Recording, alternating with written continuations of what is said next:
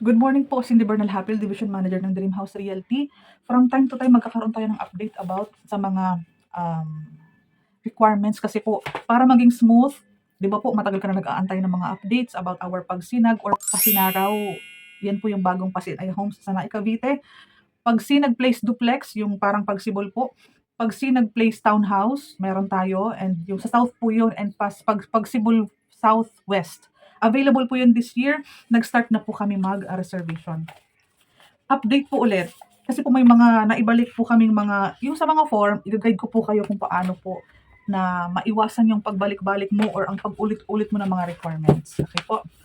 Kapag locally employed, salary required, iba-iba po, ano po, for our minimum wage earner, 11,000, 12,000 na hindi aabot ng 14,000, pasok ka sa 2,900 monthly po yun. For minimum wage earner.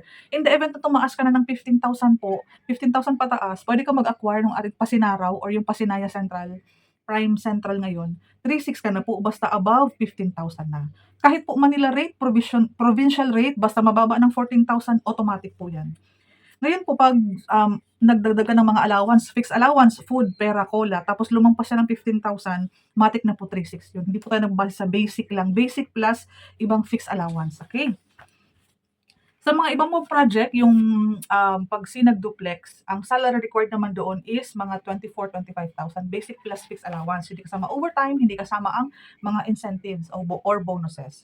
Yung ating 'pag Sinag Place South na townhouse, basic ng 18,000 or 19,000 plus mga fixed allowance. So 20,000 pataas po yung ating townhouse, tumaas na po ang required salary. For our Pagsibol Village Southwest, yung duplex na may 2-car park, ang salary required naman doon is around 31, 30, kasama po ang basic plus food at lahat po ng fixed allowance. Again, pera po ang pera po ang overtime, incentive, bonuses, hindi na po yung kasama. For our requirements, para pareho po ang requirements para sa mga lahat na nabanggit na project. Yung COE po, latest original COE, please pakipalagyan sa baba ng system generated kung ang pirma ay hindi original. Sa mga BPO companies, pakipalagyan po. Pero 'pag mga private and public, employee, may mga original pirma na po 'yan. Galing kasi po 'yan sa HR, ano po. So ang latest po, ang date, kumuha ka na po ngayon po is May na. So May, June, kumuha na po. Dapat po kumpleto pangalan mo, kailan ka na-hire, company logo, company email address, pangalan ng nag-issue, may pirma din po 'yun, company email ad, lahat po ng, sa compensation mo, sa mga sahod, 13-month pay, lahat. Ano naman 'yan, naka-standard naman po ang ating mga HR. I-double check mo na lang bago ka lumabas ng HR para hindi na ipaulit. Most especially kung 'yan ay original na pirma, okay? Yung latest ESAV, panoorin mo yung vlog ko na paano mag-create ng Pag-ibig Virtual Access. Kasi ngayon po, virtually na po ito, pino-provide, mag-i-insert po ako ng isang clip, paano paano mo siya ipapasa sa akin, i-insert ko na lang po diyan. Company ID po, lahat po ng ID natin standard, i-photocopy po siya ng front, back, 3 pirma sa baba. Colored po 'yan, dapat nababasa po ang ating mga pangalan sa ating mga ID. 2 government ID, pwera PhilHealth. Okay po, ang national ID natin is considered as secondary po 'yan kasi walang pirma. So lahat po ng ID na may pirma 'yun ang primary. Again, PhilHealth wala, loyalty card. Kailangan mo lang siyang i-xerox pero hindi siya considered as primary. Okay po? Company, 3 months payslip, pa-xerox mo na po. Buo-buo pong buwan, buong March, buong April, buong May. In the event na hindi pa patapos ang May, i-email mo na lang yung magiging last cut off ng payslip. Birth certificate dapat nababasa, naka-PSA. Kung kasal ka na, naka-PSA din yung marriage contract. Kung hindi mabasa, mag-attach ka ng baptismal certificate basta nababasa po ang buong pangalan. Okay po? 2 valid ID ng asawa kung kasal ka na. 'Pag hindi pa or partner pa lang, single pa po ang status mo. Mas maganda 'pag status ay single kasi wala masyadong madaming requirements. Kasi ang nagpapa-delay po sa ating mga, documents is yung mga nag-change status, kasi wala naman pong instant na nagpapa-change or nagpo-provide ng mga ID na change na yung apelyido ng bagong kasal. Kailangan natin ng TIN ID. TIN ID talaga ang kailangan, hindi number lang, hindi form ng BIR. Again, 'pag mga ID, standard po 'yan, Xerox front, back, 3 pirma sa baba. Ang members data form ay kinukuha sa Pag-ibig lang. Paglabas mo do'n dapat employed na 'yan, employed private, employed public. Pangalan mo 'pag single ka tapos yung mama and papa. Kapag change status na, kasal ka na, ipa-update mo lang, married ka na. And then yung ang lalabas doon pangalan ng anak mo, pangalan ng asawa mo, kasi change status ka na. Ngayon kung unemployed ka pa, ipalagay mo employed. 4 pieces ng 1 by 1 picture, white background with name tag. Rough po ang texture, 'wag po yung glossy. Dapat magpa-recopy ka niyan sa Photoshop, 'wag po yung sa computer shop lang kasi binabalik. Ah, ano lang po, heads up, lahat po ng mga binabalik ng, developer sa mga seller at kami ay hihingi ulit sa inyo, yun ang nagko-cause ng delays. So, as early as now, makulitan man po yung iba, pero gusto ko po is mahimay na po ninyo ang mga requirements para maiwasan yung pagpapalala-move, pagpapa-LBC, paghingi ulit, or ang iba naman gusto ihatid pa sa Cavite mismo. So, alam natin may mga trabaho kayo, i-save natin yung time and effort and yung gasto sa pamasahe, sa gasolina, sa Lalamove, and sa courier. Okay po? Ito na po, pinakaimportanteng maunawaan. Alam po natin na walang nakapangalan sa iyong Meralco bill at water bill. Okay po? Dahil nga po wala, ipasirox mo lang po kung saan ka nakatira. Kunin mo po ang Meralco bill or water bill, ipasirox mo.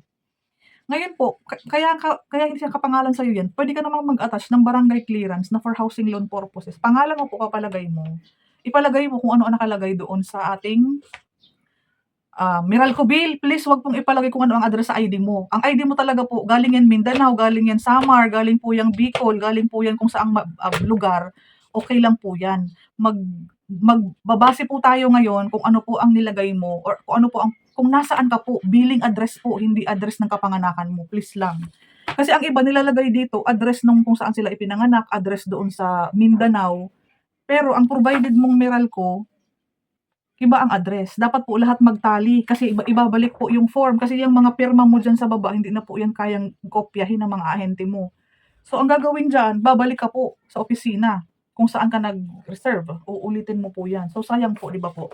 So, sana nauunawaan kapag ano ang billing address na provided mo, pakilagay po yan dito sa form. Para po lahat po yan ay uniform lahat.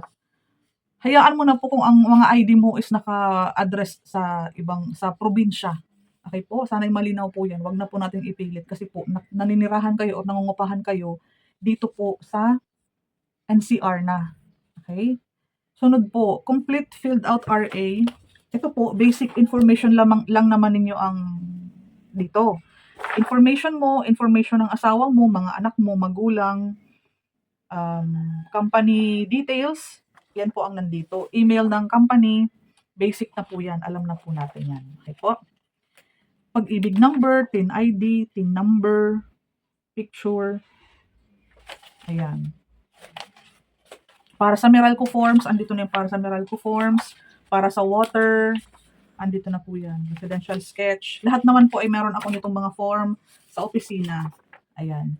Binablog ko lang po para pagdating po ninyo ay alam nyo na po 50% ng mga dapat natin gawin. Para kung nagmamadali po kayong makauwi agad dahil may trabaho pa, mas mag-guide po kayo sa mga video na ina-upload natin. Okay po. Malinaw po. Ano po? Huwag na pong ilagay dito yung sa primary address yung nasa Meralco bill. Yan po ang madalas nating na-encounter na inuulit. Yung help seminar, i-chat mo ako, pwede na tayo mag-start bago ka mag-tripping kasi medyo yung supposedly seminar sa Pag-ibig branch, naka-online na ngayon, so mabilis naman na ito. So far, napakabilis lang po kapag locally employed. Si Pasinaya po at si Pagsinag ay walang OFW. Ang co-borrower po ni Pagsinag and ni Pasinaya is spouse only, dapat kasal na. For Pagsibol Village, southwest ng Naik Cavite, tumatanggap tayo ng co-borrower na spouse, kasal na, mama, papa, or kapatid. Only for Pagsibol Village. Teresa Rizal, Cavite, and Bulacan. Okay po. Please directly message me sa schedule po ng tripping. And kapag nag-reserve na sa office, after ko pong makumpleto ang mga documents nyo, tatakbo na po ako sa office para maging official na po ang reservation ng unit mo. Okay. Ang pinaka dapat mo pong masecure is makasecure tayo ng unit mo. Panatag na tayo. Kumbaga po, aantayin na lang natin na i-process natin yan sa Pag-ibig, ma-loan approve yan, and maka-turn over kayo. Okay? Ang pinaka-importante, very crucial po ang panahon ngayon dahil madami pong nagre-reserve everyday po, madami pong tao sa site. mga nagti-tripping. Ang maganda po, taga dito lang po ako, ang office natin ay dito, andito na yung mga forms, andito na yung machine, Xerox machine. Magdadala lang po kayo ng mga IDs. Ang hindi ko lang po kayang mai-provide is yung 4 pieces 1 by 1 picture na rough na pina-Xerox na. And please po paki-note, ang barangay clearance po is dapat original siya. Okay? Original po kasi may dry seal po ang barangay clearance. Huwag pong magdala ng Xerox kasi babalik po kayo. Sunod po, pinaka-importante po na sana'y maunawaan ang COE mo kung hindi original ang pirma, pakipalagyan sa baba, system generated. Kasi nga po ang pirma nun ay hindi original. In the event naman po na original ang pirma, kailangan ko po is original ang pirma. Yung COE mo po, ibibigay mo po sa akin yun. Yan lang po naman ang medyo lagi po kaming nade-delay sa mga nabanggit ko. The rest, okay naman. Ngayon po, kapag magpapa-change status ka, habang maaga pa magpa-change status na kayo, itanong mo na po kung kailan i-re-release yung ID. Kasi sa ngayon po, wala akong masyadong release. Okay po, wala akong masyadong release ng mga IDs. Kaya yan po ang dapat nating i-secure. Basta meron ka pong TIN ID, meron ka pong isang valid ID, company ID, loyalty card, pera PhilHealth. Kailangan ko pong malaman kung ano po yung mga valid ID na meron kayo. Dapat po hindi expired. Isa pa pong pinaka dapat malaman natin na bawal po ipasa yung mga expired na. Kasi makikita po ni coordinator yan na expired na ang date. Kahit po yung ano po, company ID, may expiry po yan. Kapag yan po ay expired as early as now na napapanood mo tong video na to, kailangan mo na pong magpabago. Sa mga ibang detalye, directly tawagan mo ako sa Messenger para magkausap tayo, paano ang meet up. Taga dito lang po kasi ako kaya dito ko na po kayo aantayin. Meron naman po tayong mga ino-offer na promo sa ating mga buyers. So, paki-directly PM me para po makakuha ka ng slot para sa ating promo. Mai-discuss ko kung ano yung promo at kailan mo siya pwedeng makuha. Again, Cindy Hapil, Dream House Realty Division Manager, focusing on project ng Teresa Rizal, Bulacan, and Naik Cavite. Ito po ang ating mga affordable housing. Salamat po.